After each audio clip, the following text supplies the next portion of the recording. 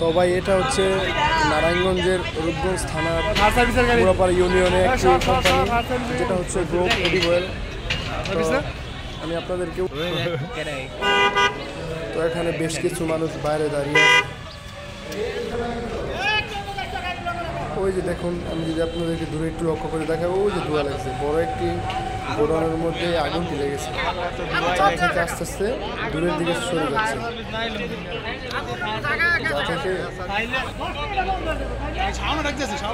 এই জন্য মানুষ ভিড় করে দেখছে। তো যতটুকু শুনেছি ফায়ার সার্ভিসকে ফোন দেওয়া হয়েছে, তারা খুবই তাড়াতাড়ি চলে আসছে।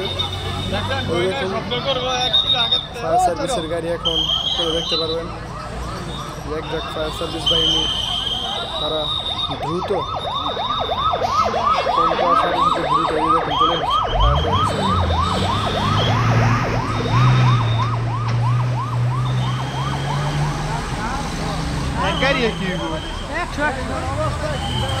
মানুষ ভিড় করে দেখছে। এই দেখুন আগুন একটু আগের থেকে বাড়তেছে।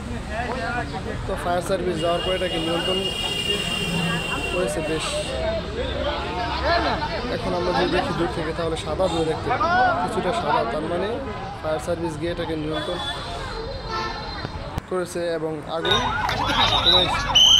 তারপর কিছুক্ষণ পর আমরা দেখতে পাই যে আবার সরকারি লোক সরকারি লোক এসেছে, যারা বিদ্যুৎ এবং গ্যাসের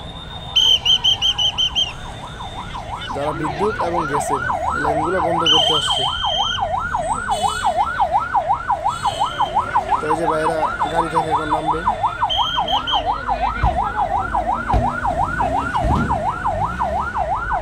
নামার পর তারা দ্রুত গ্যাস এবং বিদ্যুৎ লাইন উভয় বন্ধ করে দেওয়ার চেষ্টা করতে।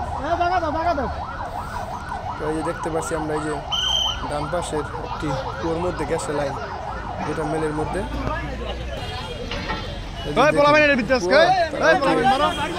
ভিতর নেমে গ্যাস লাইনটা বন্ধ করে দেবে। যদি গ্যাস লাইন বন্ধ না করে তাহলে আরও আগুন ছড়িয়ে যেতে পারে এবং বড় ধরনের ক্ষতি হতে পারে। এজন্য গ্যাস লাইনটা এখান থেকে বন্ধ করে দেওয়া হবে।